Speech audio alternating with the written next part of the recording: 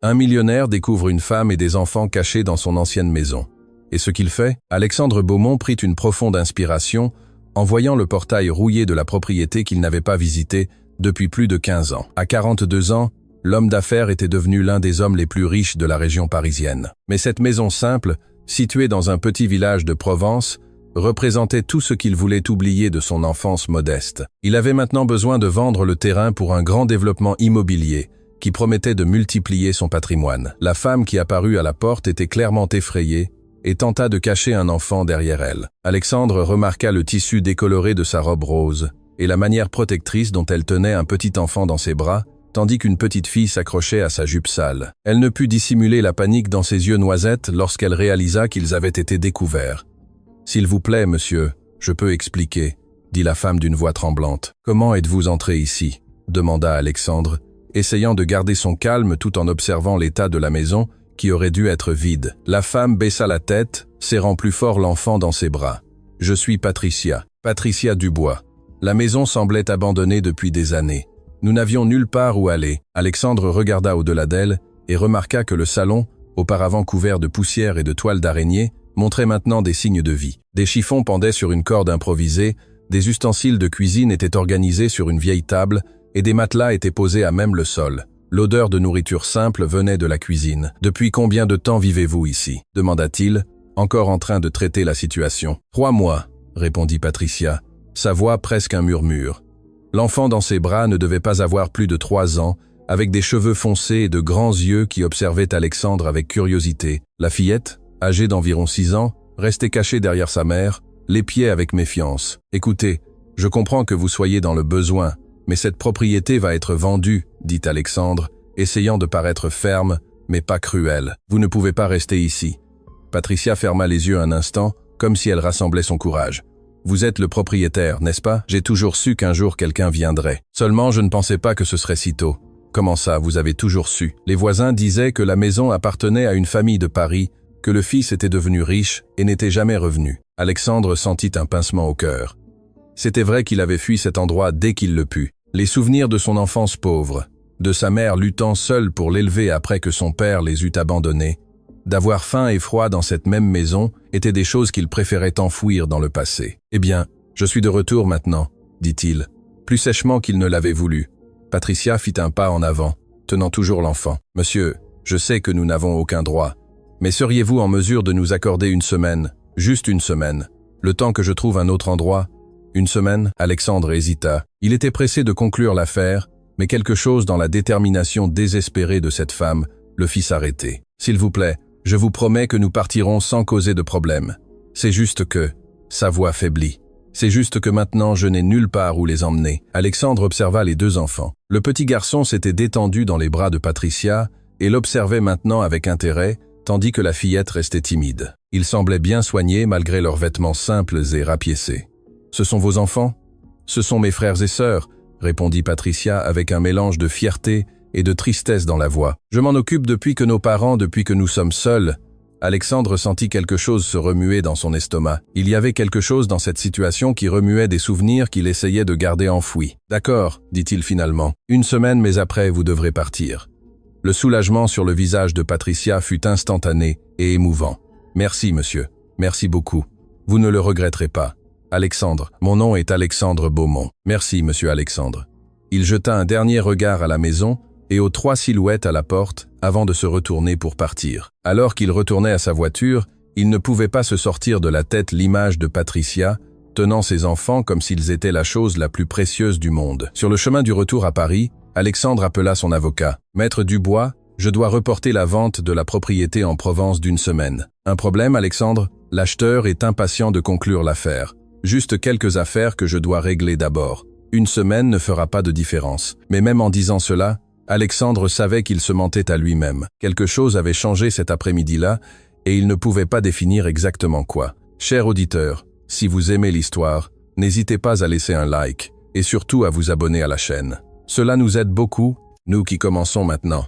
Continuons. 2 jours plus tard, Alexandre se retrouva à rouler vers la Provence sans raison précise. Il se dit qu'il devait vérifier si la famille respectait l'accord, mais au fond de lui, il savait qu'il y avait autre chose. La maison exerçait une étrange attraction sur lui, comme un aimant le tirant vers le passé qu'il essayait tant d'éviter. Quand il arriva, il trouva Patricia étendant du linge sur l'étendage improvisé dans la cour. Elle portait la même robe rose, mais il remarqua maintenant qu'elle était propre et bien repassée. Les enfants jouaient près d'elle avec des jouets faits de déchets, des petites voitures en fer blanc et une poupée de chiffon qui avait dû être cousue à la main. « Monsieur Alexandre !» s'exclama Patricia, clairement surprise. « Il s'est passé quelque chose ?»« Non, je suis juste venu voir comment les choses avançaient. » En réalité, il voulait comprendre comment cette femme avait transformé la vieille maison en un foyer.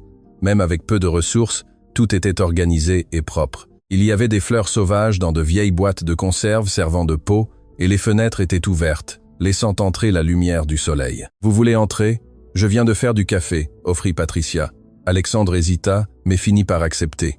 À l'intérieur, la maison était méconnaissable. Patricia avait arrangé les vieux meubles qui étaient dans l'entrepôt, mis des rideaux faits de retouches aux fenêtres, et même créé un petit coin d'études pour la petite fille, avec des livres empilés sur une table en bois. « Où avez-vous trouvé ces livres ?» demanda Alexandre, reconnaissant certains titres. « Ils étaient dans un coffre dans le grenier », répondit Patricia, servant le café dans une tasse ébréchée. « Ils doivent d'être d'ici, de quand quelqu'un y vivait. Sophie adore lire. Alors j'ai pensé que ça ne ferait pas de mal. » Alexandre prit un des livres. C'était un exemplaire du Petit Prince qu'on lui avait offert pour son 8e anniversaire. Sa mère avait économisé pendant des mois pour l'acheter. Sur la première page, il y avait encore son écriture d'enfant. Alexandre Beaumont, 2e année. « Ce livre est à moi », murmura-t-il, plus pour lui-même. « Pardon ?» Patricia parut inquiète. « Je ne savais pas. Sophie, viens ici. » La fillette apparut timidement, encore méfiante envers Alexandre. « Sophie, ces livres appartenaient à monsieur Alexandre quand il était enfant. Tu dois les lui rendre. »« Non, » dit Alexandre rapidement, « ce n'est pas nécessaire. Elle peut les garder. » Les yeux de Sophie s'illuminèrent. « Vraiment, monsieur ? » ?»« Bien sûr que oui. Et appelle-moi juste Alexandre. » Patricia sourit pour la première fois depuis qu'il l'avait rencontré. Sophie apprend à lire seule. « Je lui enseigne ce que je peux. Mais, tu n'es pas allé à l'école ? J'ai été jusqu'en 4e année. Après la mort de mes parents, j'ai dû travailler pour prendre soin des petits. » Alexandre observa Patricia pendant qu'elle parlait. Il y avait une dignité dans sa posture qui contrastait avec la simplicité de ses vêtements. Elle ne demandait pas de pitié. Elle expliquait juste les faits. « Et toi, que fais-tu comme travail maintenant ? » « Je couds, la nuit quand ils dorment, je couds des vêtements pour une boutique en ville. Ce n'est pas grand-chose, mais ça suffit pour le strict nécessaire. » Alexandre remarqua l'ancienne machine à coudre dans le coin du salon, entourée de tissus et de fils organisés dans des boîtes à chaussures. « C'est beaucoup de travail pour une seule personne, » commenta-t-il. « Nous nous débrouillons, » répondit Patricia simplement. « Nous nous sommes toujours débrouillés. » Le petit garçon que Patricia avait présenté comme Matisse s'approcha d'Alexandre avec curiosité. Sans peur, il tendit une petite voiture en fer blanc à l'homme. « Tu joues avec moi ?» Alexandre regarda le jouet rudimentaire, puis les yeux confiants de l'enfant. Cela faisait des années qu'aucun enfant ne s'était approché de lui avec une telle naturelle. Dans sa vie d'exécutif, il ne côtoyait presque pas de famille. « Je ne sais pas très bien jouer, » admit-il. « C'est facile, » dit Matisse en s'asseyant par terre et en faisant rouler la petite voiture. « Broom, broom. » Presque sans s'en rendre compte, Alexandre se retrouva assis sur le plancher en bois du salon, poussant des petites voitures en fer blanc avec un enfant de 3 ans. Patricia les observait depuis la cuisine avec un sourire discret. « Quel âge avez-vous » demanda Alexandre à Sophie, qui s'était approchée timidement. « J'ai 7 ans. Matisse a 3 ans et Patricia en a 27. Mais elle a l'air plus âgée parce qu'elle est fatiguée, » répondit la fillette avec l'honnêteté typique des enfants. Patricia rougit un peu. « Sophie !»« Mais c'est vrai, » insista la fillette. « Tu restes éveillée toute la nuit à coudre. » Alexandre regarda Patricia avec plus d'attention. Maintenant que Sophie l'avait mentionné, il remarqua les cernes discrets, les mains desséchées par le travail, la façon dont elle se déplaçait comme si elle portait un poids invisible sur ses épaules. « Mangez-vous bien ?» demanda-t-il sans réfléchir. « Bien sûr que oui, » répondit Patricia un peu sur la défensive. « Je prends bien soin d'eux. Ce n'est pas ce que je voulais dire. Nous n'avons pas besoin de charité, monsieur Alexandre, dit-elle, plus fermement. Nous avions juste besoin d'un toit temporaire. » La réponse le surprit. En fait, elle le surprit positivement. Dans son monde des affaires, il était habitué à des gens qui voulaient toujours quelque chose de lui. Patricia était différente. « Je suis désolé, je n'ai pas voulu offenser. »« Vous n'avez pas offensé. » Elle adoucit son ton. « C'est que j'ai appris qu'il faut garder sa dignité, n'est-ce pas ? Indépendamment de la situation. » Matisse tira sur l'ourlet du pantalon d'Alexandre. « Tonton Alexandre, tu reviens demain ?» La question prit Alexandre par surprise. Personne ne l'appelait tonton depuis des années. « Je ne sais pas. Peut être. Je veux que tu reviennes. » dit Mathis avec la sincérité désarmante des enfants. Alexandre sentit quelque chose d'étrange dans sa poitrine, une chaleur qu'il n'avait pas ressentie depuis longtemps. Quand il quitta la maison cet après-midi-là, il emporta avec lui l'image de Patricia le saluant à la porte avec les 2 enfants à ses côtés, et pour la première fois depuis des années, il se retrouva impatient du lendemain. Le lendemain matin, Alexandre annula 2 réunions et retourna en Provence. Cette fois, il apporta quelques jouets qu'il avait achetés dans un magasin en chemin. Rien de très cher, juste des livres de coloriage et des crayons pour Sophie et un camion jouet pour Mathis. Quand Patricia ouvrit la porte et vit les cadeaux, son expression se referma. « Monsieur Alexandre, je vous ai déjà dit que ce n'est pas de la charité. » Il l'interrompit. « C'est un remerciement pour avoir si bien pris soin de la maison. » C'était un mensonge, mais un mensonge aimable qui permit à Patricia d'accepter sans blesser sa fierté. « Les enfants vont être très heureux, » dit-elle finalement en souriant. Et ils le furent vraiment. Sophie serra les livres comme s'ils étaient des trésors, et Mathis commença immédiatement à jouer avec le camion, faisant des bruits de moteur qui résonnèrent dans la maison. « Vous n'aviez pas à faire ça, » dit Patricia, à voix basse pendant qu'il regardait les enfants jouer. « Je voulais le faire, » répondit Alexandre, et il réalisa qu'il était sincère. Ils restèrent assis sur la terrasse de la maison, regardant Sophie apprendre à Mathis à dessiner avec les nouveaux crayons. Le soleil de l'après-midi créait une lumière dorée qui rendait tout plus beau et serein. « Puis-je demander quelque chose ?» dit Alexandre après un moment de silence. « Bien sûr. Pourquoi ici? Pourquoi avez-vous choisi cette maison ?» Patricia resta un instant silencieuse, comme si elle décidait combien en dire. « Il y avait une dame dans le village qui m'a parlé de cette maison. Elle a dit qu'elle était vide depuis des années, mais qu'avant, c'était un endroit où de bonnes choses se passaient, que la propriétaire de la maison aidait ceux qui en avaient besoin. » Alexandre sentit un pincement au cœur. Sa mère faisait vraiment cela. Même avec peu, elle partageait toujours avec ceux qui avaient moins. La dame a dit que être ici serait un endroit sûr pour quelqu'un en difficulté, continua Patricia. Et moi, j'avais vraiment besoin de sécurité. De sécurité contre quoi? Patricia hésita, regardant les enfants jouer. De ma famille. Ils voulaient m'obliger à épouser un homme que je ne connaissais pas pour régler des dettes. Quand j'ai refusé et dit que j'emmènerais les enfants avec moi, ils ont dit qu'il valait mieux que je disparaisse vraiment. La froideur dans sa voix en racontant cela frappa Alexandre. Alors vous avez fui? Oui, avec eux, c'est la seule famille que j'ai maintenant. Et la personne qui allait t'épouser, il vous cherche? Je ne sais pas. J'espère que non. J'espère qu'il a trouvé quelqu'un d'autre pour résoudre ses problèmes. Alexandre observa Patricia observer les enfants. Il y avait quelque chose de féroce et de protecteur dans son regard, comme une mère défendant ses petits. Tu ne regrettes pas d'avoir tout abandonné? Regretter quoi? Le défia-t-elle. De protéger 2 enfants innocents, de refuser d'être vendus comme du bétail? Jamais. La conviction dans sa voix impressionna Alexandre. Il connaissait des cadres qui n'avaient pas la moitié de la détermination qu'il voyait chez cette jeune femme. Et si je te trouvais un meilleur travail, quelque chose en ville? Patricia le regarda avec méfiance. Pourquoi? Vous ne me connaissez même pas. Parce que... Alexandre s'arrêta, essayant de trouver les mots justes. Parce que je crois que ma mère aurait fait la même chose. Cette réponse sembla satisfaire Patricia. Votre mère qui vivait ici? Oui, elle est morte il y a 5 ans. C'était une très bonne personne. Et pourquoi n'êtes-vous jamais revenu ici? La question était directe. Sans détour. Alexandre apprécia l'honnêteté, parce que cet endroit me rappelait des choses que je voulais oublier, la pauvreté, les difficultés, le sentiment de ne pas avoir de contrôle sur sa propre vie. Et maintenant, Alexandre regarda autour de lui. La maison semblait différente, pleine de vie. Les enfants riant, Patricia fredonnant en pliant du linge, l'odeur de nourriture maison venant de la cuisine. Maintenant, je ne sais pas, c'est différent. Cette nuit-là, Alexandre quitta la maison avec plus de questions que de réponses. Le lendemain, au lieu d'aller au bureau, il retourna en Provence et le jour suivant aussi. Sans s'en rendre compte, il avait créé une routine. La semaine qu'il avait accordée à Patricia touchait à sa fin, mais Alexandre ne pouvait pas s'imaginer déloger cette famille. Chaque jour qui passait, il s'impliquait davantage dans leurs histoires, leurs luttes quotidiennes, la façon dont ils prenaient soin les uns des autres. C'est le 5e jour qu'il reçut l'appel qui allait tout changer. « Monsieur Beaumont ?» C'était la voix de Patricia, appelant depuis la cabine téléphonique du village. « J'ai besoin de vous parler. C'est urgent. » Alexandre sentit son estomac se nouer. « Que s'est-il passé ?» Il m'a trouvé. « L'homme avec qui ma famille veut que je me marie est ici dans le village et demande après nous. » Alexandre n'hésita pas. « Restez à l'intérieur de la maison. Fermez tout. J'arrive. » Pour la première fois depuis qu'il connaissait Patricia, Alexandre conduisit au-dessus de la limite de vitesse. Quand il arriva à la maison, il trouva les 3 silhouettes regroupées dans le salon, clairement effrayées. Patricia portait Mathis sur ses genoux, tandis que Sophie s'accrochait à sa jupe. « Il est passé par ici. » dit Patricia dès qu'Alexandre entra. Il a frappé à la porte, a crié mon nom, a dit que je reviendrais, que je le veuille ou non.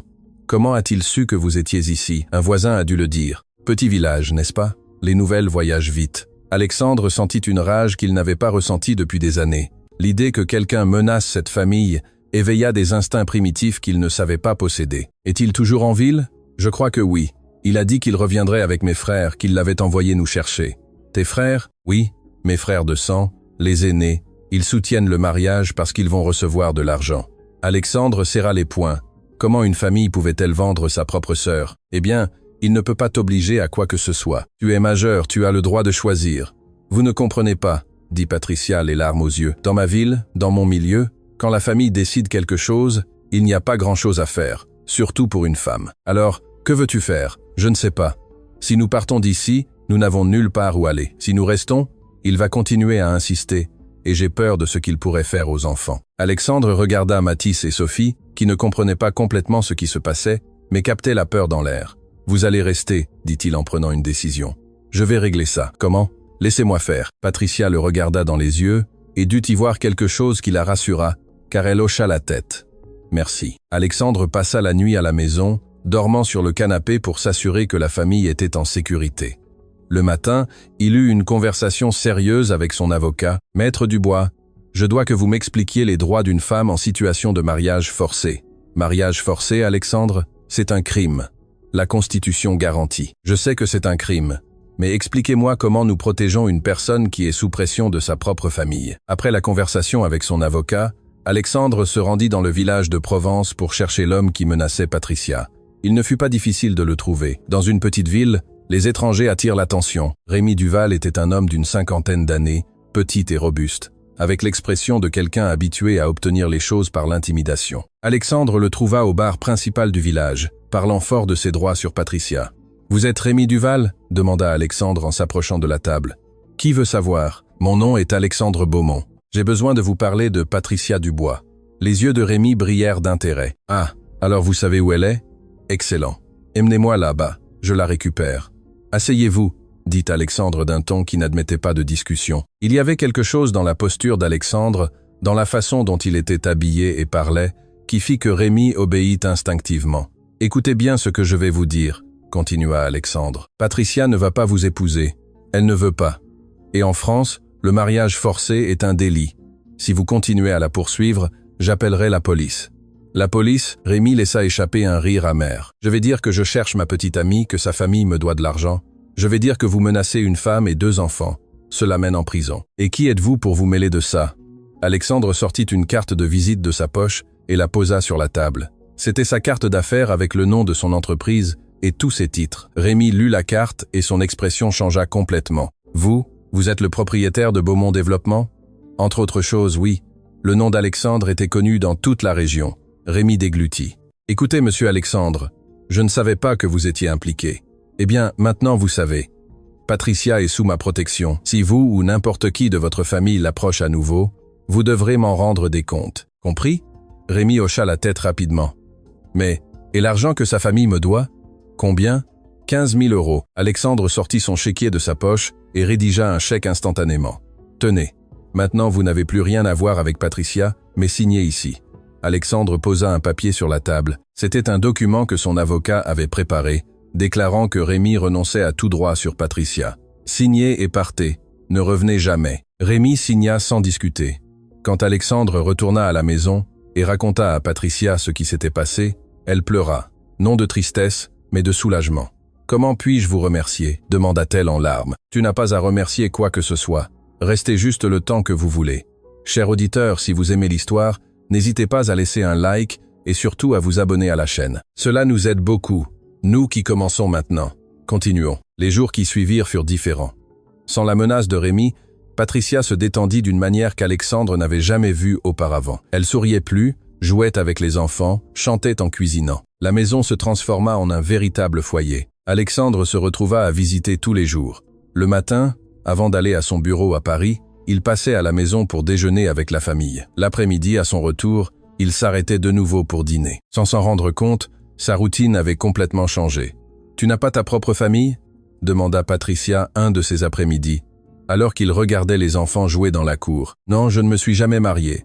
Je n'ai jamais trouvé la bonne personne. »« Pourquoi pas ?» Alexandre réfléchit à la réponse. « Je crois que j'ai toujours pensé que l'amour était un luxe, que je devais d'abord construire ma vie financière, puis je penserai aux relations. Et maintenant, je réalise que j'ai être mal pensé toute ma vie. » Patricia Sourit. « La vie a ses choses, n'est-ce pas?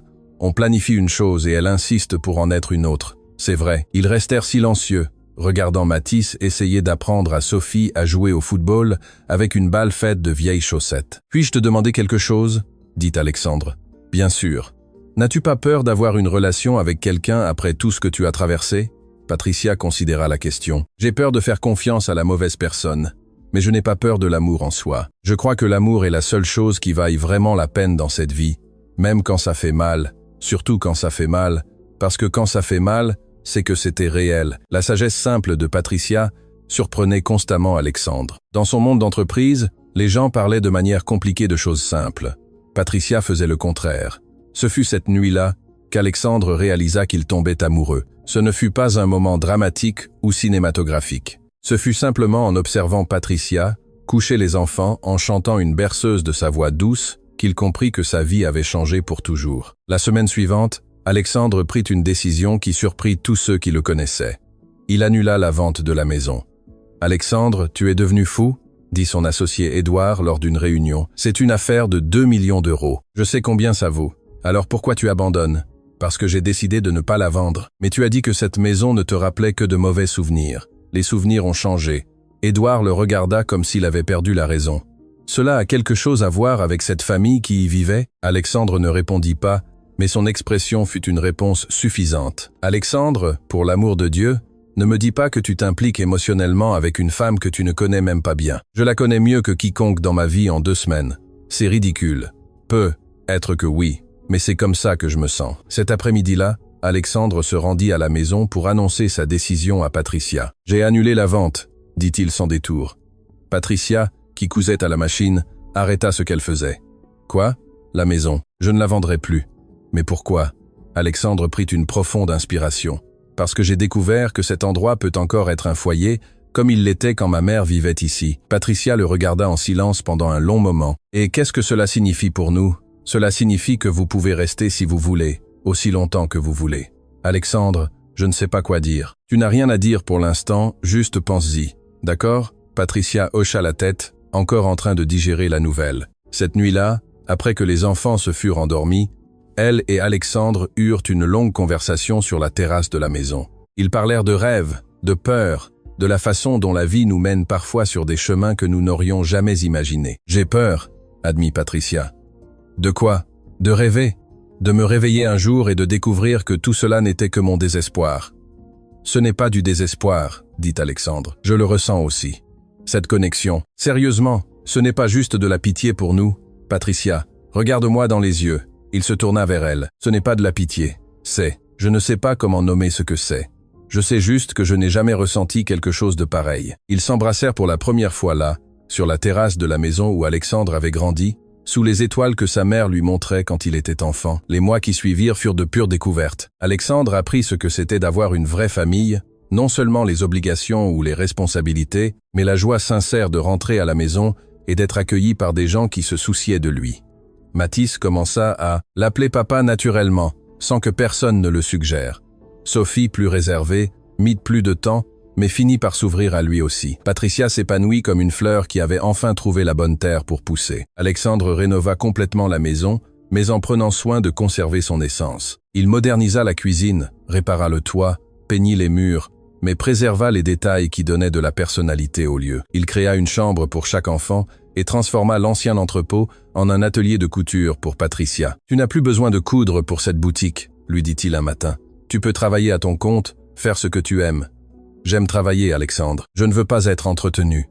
Je ne parle pas de t'entretenir. Je parle de te donner la liberté de faire le travail que tu aimes. » Et ainsi, Patricia commença sa propre entreprise, cousant des vêtements sur mesure pour les femmes de la région. En peu de temps, elle avait plus de commandes qu'elle ne pouvait en prendre.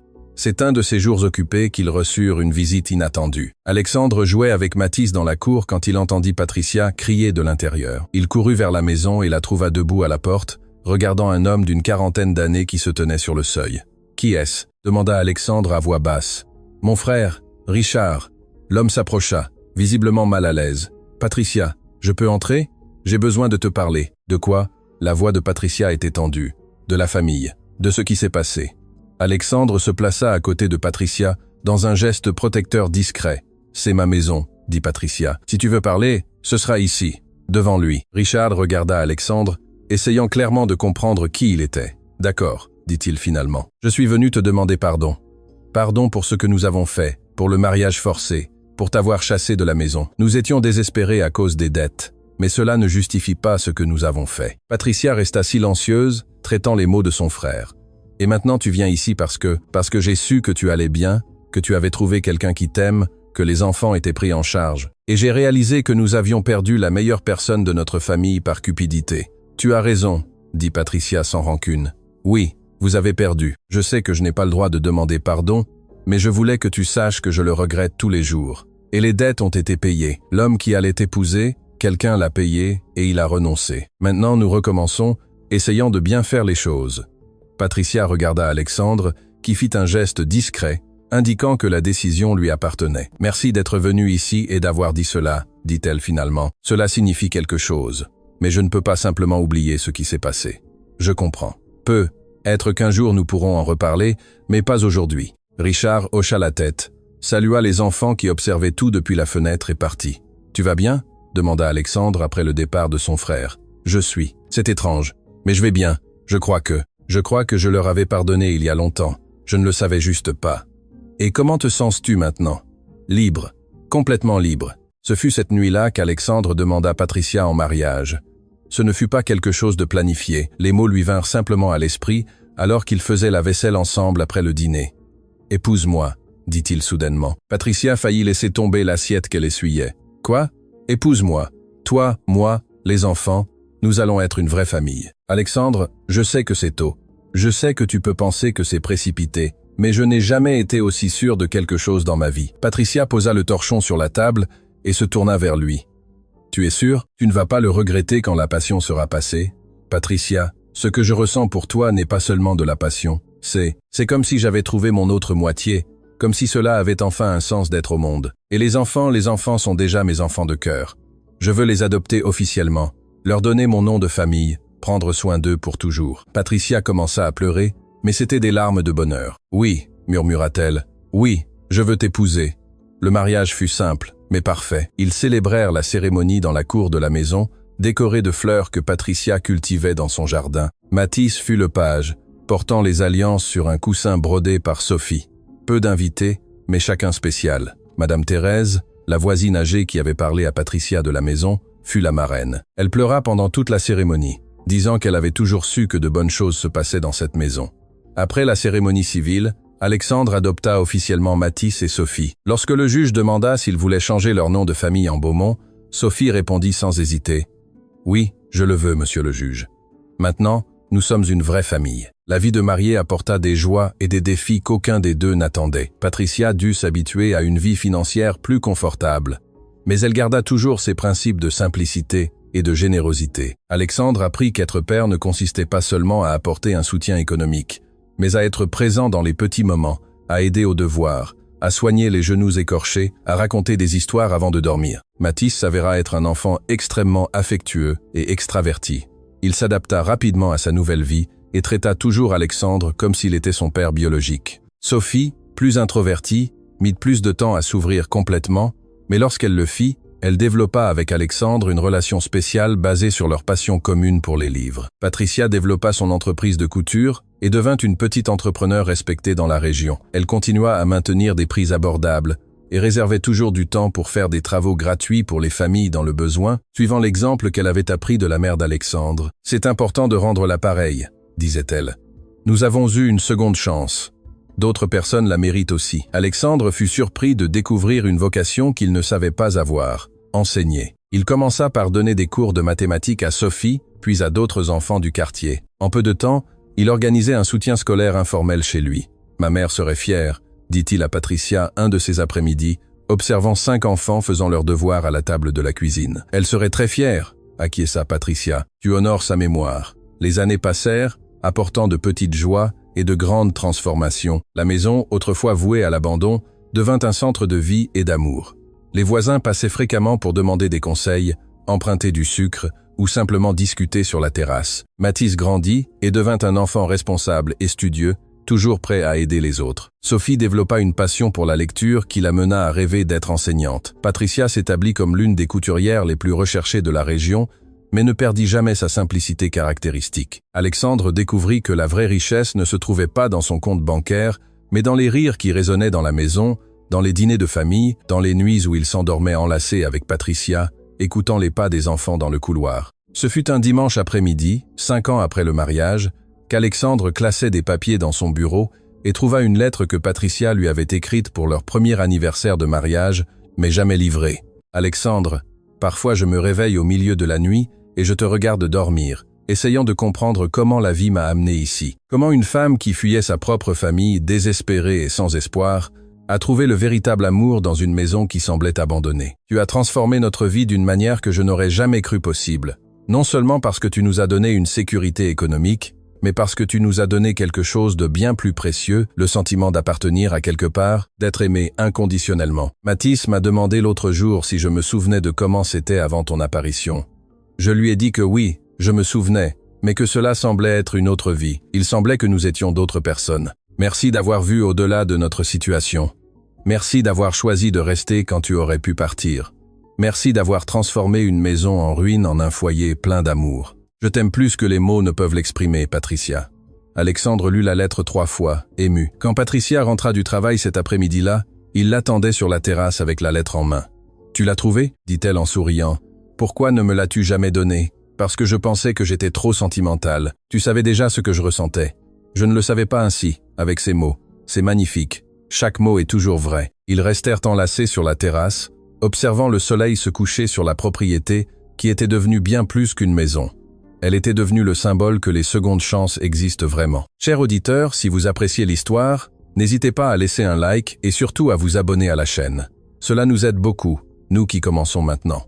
Continuons. 8 ans après le mariage, quand Mathis avait 11 ans et Sophie 14, la famille Beaumont reçut une proposition inattendue. Un producteur de télévision local avait entendu parler de leur histoire et voulait faire un documentaire sur les secondes chances et les familles non conventionnelles. « Je ne sais pas si c'est une bonne idée », dit Patricia pendant le dîner, après qu'Alexandre eut raconté la proposition. « Notre vie n'est pas un spectacle, mais cela peut inspirer d'autres personnes », argumenta Sophie, toujours la plus réfléchie. « Montrer que toutes les histoires ne doivent pas mal finir. Qu'en pensez-vous » demanda Alexandre à Mathis. « Je pense que nous pouvons aider d'autres familles qui ont traversé ce que nous avons traversé », dit l'enfant, surprenant tout le monde par sa maturité. Après de longues discussions, ils décidèrent d'accepter à condition d'avoir un contrôle total sur le contenu final. Le documentaire « Un foyer, une famille » fut diffusé 6 mois plus tard et eut un impact bien plus grand que ce qu'aucun d'entre eux n'attendait. Des centaines de personnes écrivirent des lettres racontant leurs propres histoires de difficultés et de dépassement. Une lettre en particulier attira l'attention de Patricia. Elle venait d'une jeune femme de 18 ans, enceinte, qui avait été chassée de chez elle par sa famille pour avoir refusé d'épouser un homme plus âgé. « Pourrions-nous l'aider ?» suggéra Patricia. « Comment ? Elle pourrait rester ici un moment jusqu'à ce qu'elle s'organise. » Alexandre regarda Patricia avec admiration. Même après tant d'années de sécurité et de stabilité, elle continuait à penser d'abord à aider les autres. « Tu es sûr ? C'est une grande responsabilité. Je suis sûr. N'est-ce pas ainsi que notre famille a commencé, avec quelqu'un offrant un refuge à qui en avait besoin ? Et ainsi, Danielle, 18 ans et enceinte de 6 mois, emménagea dans la chambre d'amis qu'ils avaient préparée spécifiquement pour des situations comme celle-ci. La maison, une fois de plus, fut remplie d'une nouvelle énergie, de nouveaux défis, de nouvelles joies. Danielle donna naissance à une petite fille, Lucie, et resta dans la maison pendant 2 ans, le temps de terminer ses études et de s'établir professionnellement. Lorsqu'elle emménagea finalement dans sa propre maison, elle laissa derrière elle une famille élargie qui la soutiendrait pour toujours. « Notre maison a une vocation », dit Alexandre à Patricia, un soir après le départ de Danielle. « Elle attire les gens qui ont besoin d'un nouveau départ, tout comme ta mère le faisait », répondit Patricia. La tradition continua et se renforça. Au cours des années suivantes, la maison des Beaumont abrita temporairement une femme âgée qui avait perdu sa maison dans un incendie, un jeune homme sortant du système de foyer d'accueil, une mère célibataire fuyant une relation abusive. Chaque personne qui passait par là laissait son empreinte. et emportait avec elle la certitude qu'il existait des gens bons dans le monde.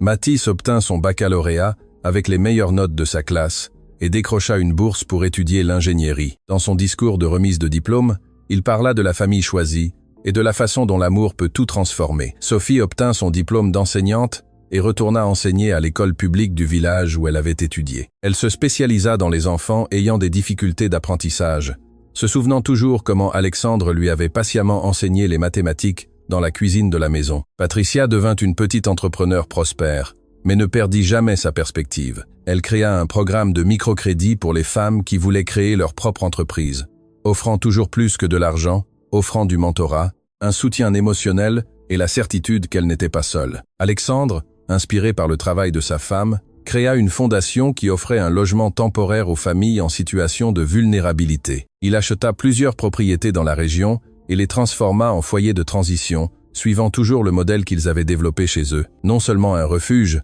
mais un soutien intégral pour que les gens puissent reconstruire leur vie. Pour leur 10e anniversaire de mariage, ils renouvelèrent leurs vœux sur le même balcon où ils s'étaient embrassés pour la première fois. Cette fois, il y avait plus d'invités, les nombreuses personnes dont ils avaient touché la vie au fil des ans. Madame Thérèse, maintenant âgée de plus de 80 ans, fut à nouveau la marraine. Dans son discours, elle dit « J'ai toujours su que cette maison était spéciale. La mère d'Alexandre faisait des miracles ici, et maintenant lui et Patricia continuent de les faire. Ce ne sont pas des miracles surnaturels, ce sont des miracles du cœur humain. » Mathis, maintenant âgé de 6 ans et presque aussi grand qu'Alexandre, prononça un discours qui émut tout le monde. « Quand j'étais petit, je ne comprenais pas pourquoi certains enfants avaient des parents de sang et d'autres, comme Sophie et moi, avaient des parents de cœur. Maintenant, je comprends que peu importe comment la famille est formée, ce qui compte, c'est l'amour qui y existe.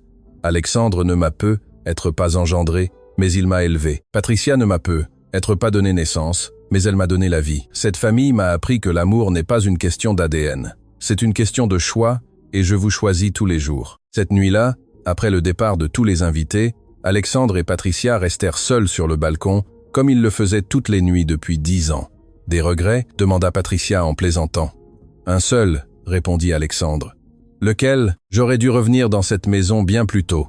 Peu, être que tu n'étais pas prêt avant. Peu, être avais-tu besoin de vivre tout ce que tu as vécu pour être préparé à nous rencontrer.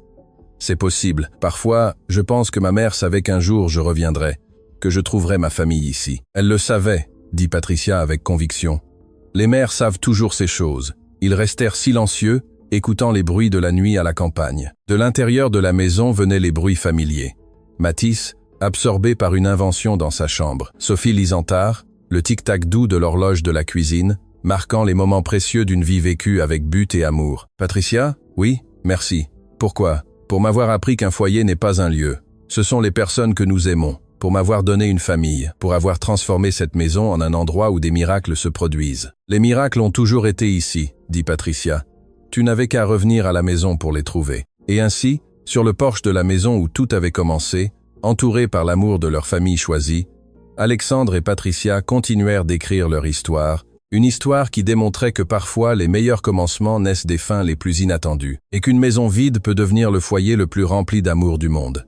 La propriété qu'Alexandre avait failli vendre devint le centre d'une nouvelle tradition familiale. Chaque année, le jour où ils s'étaient rencontrés, ils organisaient une fête pour célébrer non seulement leur amour, mais l'idée que les secondes chances existent vraiment pour celui qui a le courage d'embrasser l'inattendu. Les enfants grandirent en sachant qu'ils étaient aimés inconditionnellement, non pas malgré leur histoire, mais grâce à elle. Ils apprirent que la famille n'est pas une question de perfection, mais de présence. Il ne s'agit pas de tout avoir, mais de tout donner. Et Alexandre, qui un jour pensa que la richesse se mesurait en argent, découvrit que l'homme le plus riche du monde était celui qui avait une famille qu'il aimait, une maison pleine de rire, et la certitude que, quoi qu'il arrive, il ne serait plus jamais seul. L'histoire d'amour entre Alexandre et Patricia devint une légende dans la ville. Mais pour eux, ce fut toujours simplement la vie qu'ils avaient choisi de construire ensemble. Un jour à la fois, avec beaucoup d'amour, de patience et la foi inébranlable que les meilleurs miracles sont ceux que nous créons de nos propres mains et de nos cœurs. Les années passèrent et la tradition d'aider les familles en difficulté se renforça. La maison des Beaumont devint connue régionalement comme un havre de paix, un endroit où les personnes désespérées pouvaient trouver non seulement un refuge, mais de l'espoir. Patricia développa un programme spécial pour les femmes qui avaient traversé des situations similaires à la sienne. Elle offrait non seulement un logement temporaire, mais des cours de formation professionnelle, un soutien psychologique et surtout la preuve vivante qu'il était possible de reconstruire entièrement sa vie. Chaque femme qui passe par ici emporte un morceau de notre histoire, disait Patricia lors des réunions hebdomadaires qu'elle organisait, et laisse un morceau de la sienne. Ainsi, nous créons un réseau de femmes fortes qui se soutiennent mutuellement. Alexandre, de son côté, développa son travail avec les jeunes. Il créa un programme de mentorat entrepreneurial pour les jeunes hommes sortant du système de foyer ou venant de familles désunies. Il leur enseigna que le succès ne se mesurait pas seulement en argent, mais en l'impact positif sur la vie d'autres personnes. Mathis obtint son diplôme d'ingénieur et retourna travailler dans l'entreprise de son père, mais avec une mission spécifique, développer des projets de logements sociaux qui suivaient le modèle de logement transitoire que la famille avait créé. Sa première réalisation fut un ensemble résidentiel qui comprenait des espaces communautaires, des potagers collectifs et des centres de formation professionnelle. « Je veux que chaque famille qui vive ici ait la même chance que nous avons eue, disait-il, lors des présentations de ses projets. Un endroit qui n'est pas seulement un refuge, mais un point de départ pour une vie meilleure. » Sophie devint une éducatrice reconnue, spécialisée en pédagogie inclusive. Elle développa des méthodes d'enseignement spéciales pour les enfants ayant subi des traumatismes familiaux, se souvenant toujours de sa propre expérience d'avoir trouvé dans les livres une forme d'évasion et de croissance. Pour le 15e anniversaire de mariage d'Alexandre et Patricia, la célébration fut différente. Au lieu d'une fête intime, ils organisèrent un grand rassemblement avec toutes les familles qu'ils avaient aidées au fil des ans. Danielle, la première jeune femme qu'ils avaient accueillie, était maintenant infirmière et vint avec sa fille Lucie, une jeune fille intelligente de 13 ans. Madame Carmen, la vieille dame qui avait perdu sa maison dans l'incendie, était devenue la grand-mère adoptive de plusieurs enfants du quartier. Xavier, le jeune homme sorti du système d'adoption, dirigeait maintenant une ONG pour adolescents à risque. « Regardez ce que nous avons accompli ensemble », dit Patricia émue, observant la cour pleine de personnes dont les vies s'étaient entrelacées grâce à cette maison. « Ma mère serait si fière », murmura Alexandre, se souvenant de la femme simple qui avait semé les premières graines de générosité à cet endroit. Pendant la célébration, une surprise émut tout le monde. Richard, le frère de Patricia, qui était apparu des années auparavant pour s'excuser, arriva avec sa famille. Au cours des dernières années, ils avaient lentement reconstruit leur relation et il était devenu un défenseur de la cause des femmes en situation de violence domestique dans sa propre ville. Patricia m'a appris que pardonner ne signifie pas oublier. Cela signifie choisir de ne pas laisser le passé déterminer l'avenir, dit-il lors de son bref discours. Elle m'a aussi sauvé à sa manière. Patricia serra son frère dans ses bras, émue. Il avait fallu des années pour retrouver une relation saine, mais la persévérance et l'amour inconditionnel qu'elle avait appris d'Alexandre avaient rendu cela possible. Quand la nuit arriva et que tous les invités partirent, la famille se retrouva sur la terrasse comme toujours. Mathis et Sophie, maintenant adultes, mais vivant toujours à la maison pendant qu'ils établissaient leur carrière, se joignirent à leurs parents pour le rituel nocturne de parler de la journée. « Puis-je poser une question que j'ai toujours voulu poser ?» dit Sophie. « Bien sûr », répondit Alexandre. « Vous ne saviez vraiment pas que vous tombiez amoureux de maman dès le premier jour, parce que pour nous, c'était évident. » Alexandre et Patricia se regardèrent et rirent. « C'était si évident ?» demanda Alexandre. « Papa, tu venais ici tous les jours avec des excuses bancales, » dit Mathis. « Je suis venu vérifier la maison, je suis venu voir si vous alliez bien. J'ai apporté quelques trucs. Personne ne croyait ces histoires. Et maman devenait toute nerveuse quand elle savait que tu venais, » continua Sophie. Elle changeait de vêtements 3 fois, elle se coiffait, elle répétait des conversations. « Je ne faisais pas ça, » protesta Patricia, en rougissant. « Si tu le faisais, dirent les 2 enfants à l'unisson en riant. »« D'accord, être un petit peu, » admit Patricia. « Mais ce fut le coup de foudre, du moins de ma part. »« De la mienne aussi, » dit Alexandre. « J'ai juste mis du temps à accepter ce que je ressentais. »« Et nous ?» demanda Mathis. « Quand avez-vous décidé que vous vouliez être nos parents pour toujours ?» Alexandre réfléchit à la question. « Dès le premier jour, » dit-il finalement, « dès que je vous ai vu jouer dans la cour avec ces jouets improvisés, vous m'aviez déjà volé mon cœur. Je ne le savais juste pas encore. Pour moi, ce fut quand Mathis t'a appelé tonton pour la première fois, » dit Patricia. « J'ai vu ton visage à ce moment-là, et j'ai su que tu étais tombé amoureux des 3 d'un coup. »« C'est vrai, » admit Alexandre. « Ce jour-là, j'ai réalisé que je ne voulais plus d'une vie sans vous. » Ils restèrent silencieux un instant, chacun perdu dans ses propres souvenirs de cette époque de découverte et de changement. « Vous regrettez quelque chose ?» demanda Sophie. « D'avoir fui ma famille de sang, » répondit Patricia. « Jamais. Ce fut la meilleure décision que j'ai prise dans ma vie. Et toi, papa, tu regrettes d'avoir annulé la vente de la maison ?» Sophie, annuler cette vente fut la décision la plus intelligente que j'ai prise dans ma vie. Cette maison, cette famille, Vous êtes mon plus grand patrimoine. Et si rien de tout cela ne s'était passé, continua Matisse, toujours le philosophe de la famille.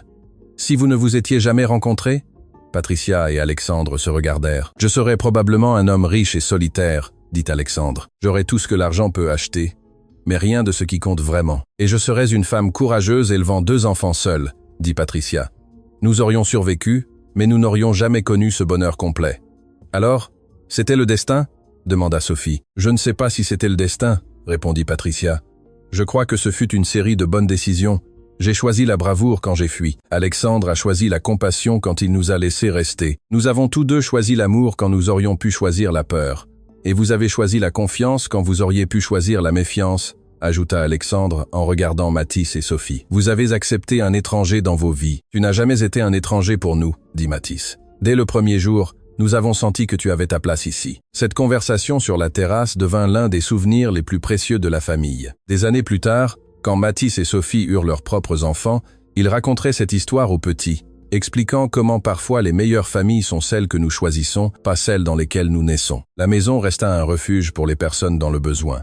À mesure qu'Alexandre et Patricia vieillissaient, Matisse et Sophie assumèrent progressivement la responsabilité de poursuivre la tradition. Ils créèrent une fondation officielle avec une structure professionnelle, mais conservèrent toujours l'essence personnelle et aimante qui caractérisait le travail de leurs parents. Patricia, à 50 ans, devint une référence régionale dans le travail avec les femmes en situation de vulnérabilité. Alexandre, à 65 ans, dirigeait toujours son entreprise, mais consacrait la majeure partie de son temps au travail social et au mentorat de jeunes entrepreneurs. Pour leur 20e anniversaire de mariage, ils firent un voyage spécial. Ils retournèrent dans la ville natale de Patricia, non pas pour se réconcilier avec le passé, mais pour aider d'autres femmes qui vivaient des situations similaires à celles qu'elle avait affrontées. « C'est étrange d'être ici », dit Patricia alors qu'il marchait dans les rues de son enfance. « On dirait que c'était dans une autre vie. »« C'était dans une autre vie, » répondit Alexandre. « Tu es une personne complètement différente de la femme qui a fui d'ici il y a 20 ans. Nous sommes tous des personnes différentes. » Ils visitèrent la maison où Patricia avait grandi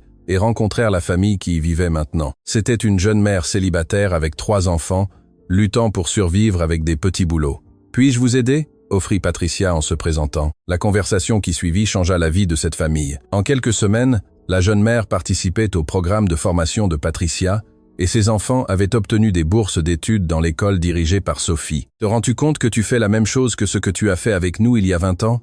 commenta Alexandre pendant le voyage de retour. « Quoi donc ? Offrir plus qu'une aide matérielle, offrir de l'espoir. J'ai appris de toi, sourit Patricia. Tu m'as appris qu'aider les gens, ce n'est pas donner de l'argent, c'est croire en eux. En réalité, c'est toi qui m'as appris cela. Dès le premier jour, quand ils rentrèrent chez eux, ils furent surpris. Matisse avait organisé une fête surprise avec toutes les familles qu'ils avaient aidées au fil des ans.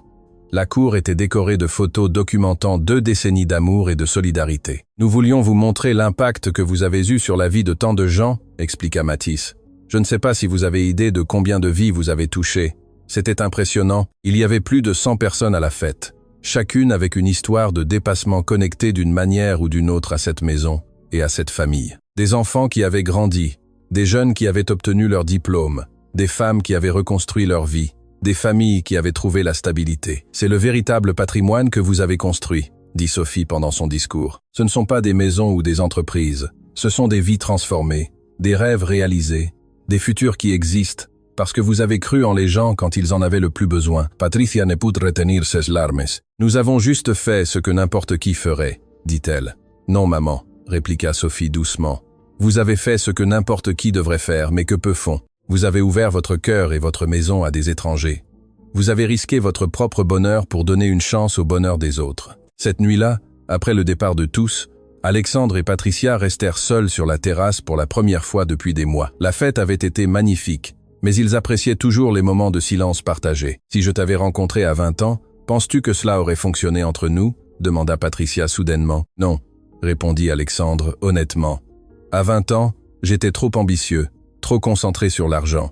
Je n'aurais pas su reconnaître ta valeur. Et moi, j'étais trop naïve, trop dépendante des opinions de ma famille. Je n'aurais pas eu le courage de me battre pour ce que je voulais.